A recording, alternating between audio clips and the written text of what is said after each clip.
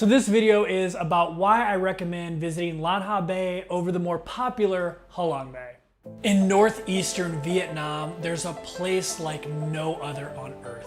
It's like something out of a C.S. Lewis novel or James Cameron film. It's a cross between Narnia and Avatar's Pandora. It's a mystical place that almost seems fake when you see pictures of it, but it's not. It's real, and it's even more beautiful than the pictures. I'm talking about Ha Long Bay and Ha Long Bay's lesser known neighbor, Lan Ha Bay. They're both beautiful, but we'll talk about why I prefer Lan Ha Bay over Ha Long Bay in a moment. Okay, so before we dive into my trip to Ha Long Bay and Lan Ha Bay, I want to familiarize you with the area so this video makes more sense. So here is Hanoi, where most people start their Ha Long Bay journey. Let me zoom in a little here and show you the Ha Long area. So right here you have the city of Ha Long, and just to the south of it, you have a bridge that goes to the island of Tuan Chau. And then right here you have the larger island of Cat Ba. I'll talk more about these two islands in a moment. And lastly, you have Ha Long Bay here and its neighbor Lan Ha Bay over here. Now that you're familiar with the area, let's talk about my trip down to Ha Long Bay and Lan Ha Bay.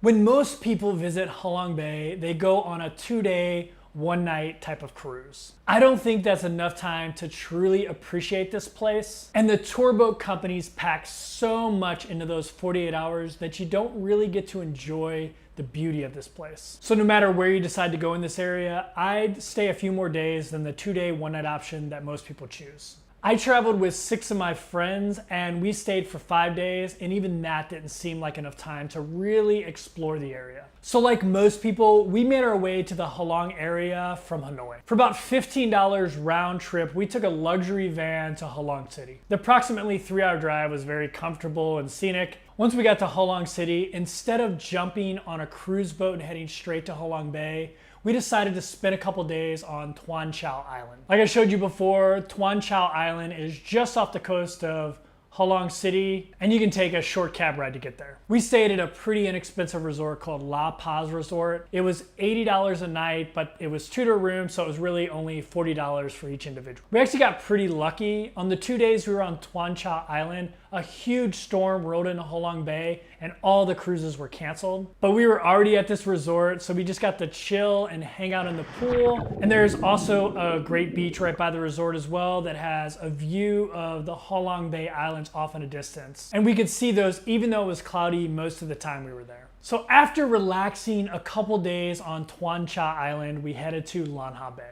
In order to get to our boat that would take us to Lan Ha Bay, we had to take a water taxi to Cat Ba Island.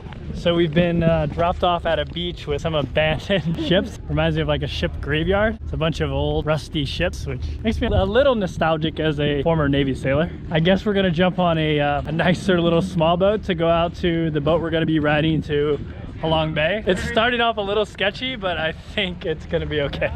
Like I mentioned before, I went with 6 of my buddies and we rented 3 cabins on the boat, so there had to be 3 of us in one room. I was in that room, but it wasn't that big a deal because we didn't spend much time in the room anyway. When you go to the Ha Long area, there are many different cruise ship options. There are the luxury cruise ships, the ones that are huge, all the way down to the smaller, more rustic type cruise boats like the one I was on. I personally prefer the smaller boats. There were no more than 15 of us on there at a time, so it felt less like a touristy group tour type of thing. Okay, so why Lan Ha Bay over the more famous Ha Long Bay? The reason is pretty simple. They're the exact same place with the exact same scenery. The only difference is Ha Long Bay is saturated with tourists. And that's just not what I like. You can get the exact same experience and scenery as Ha Long Bay, only a few kilometers away in Lan Ha Bay. Like I showed you earlier, Lan Ha Bay is located just off the coast of Cat Ba Island, just south of Ha Long Bay. Ha Long Bay is much bigger and covers an area of 1,500 kilometers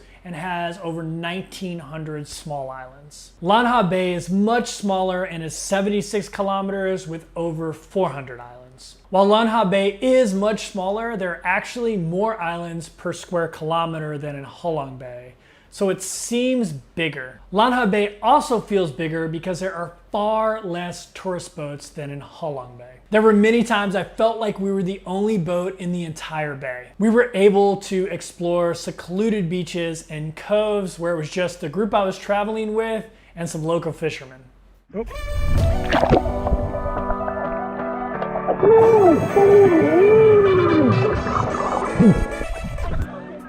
So here are a couple things that I definitely recommend doing whether you're in Ha Long Bay or Lan Ha Bay. Number one is kayaking. Kayaking around the islands is the must. I had an absolute amazing time kayaking. I was lucky, we actually had an odd number of people. Like I told you earlier, we had 7. So I got my own kayak. And if you can do that, I highly recommend it because then you kind of control your own adventure and where you go. So the next is a cooking class. If you go on any kind of cruise in Ha Long Bay or Lan Ha Bay, they're going to offer a cooking class. But it's really not a cooking class. You're actually going to be making Vietnamese spring rolls. If you've watched any of my videos in the past, you know that I don't cook. I'm probably one of the worst cooks in the world, and even I was able to make a semi-passable and delicious spring roll. So in my opinion, you should definitely not skip out on the cooking class. So next is bike riding around Cat Ba Island. I really loved getting off the boat and bicycling around Cat Ba Island for a while. It reminded me of a lot of the rural areas in Hawaii. It's definitely a relaxing way to spend a few hours. So if your cruise offers a bicycling tour, I would definitely do it. So the next thing to do is probably my favorite to do in Lan Ha Bay, and that's swimming. One of the great things about being on a smaller cruise boat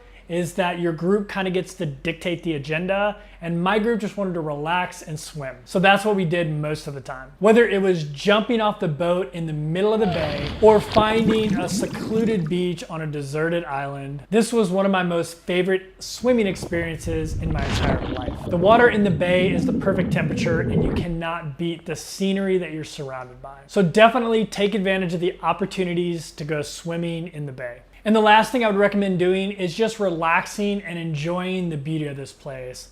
That's why you go there. Lots of cruises try to jam activities into every second you're on the boat. And while activities are great, the main attraction is the beauty of the area. So just relax and take it all in. Okay, so that's some of the things I recommend doing. If you've ever been to the Ha Long area, please comment below what your favorite activity was. If you enjoyed this video, please hit the like button. It helps more people find it. I'll be in Hanoi, Vietnam for another 2 weeks, and then I head off to Chiang Mai, Thailand. So I'm really excited about that. I put out a travel video every single week. So if you enjoy this type of content, please consider subscribing. Thanks for watching.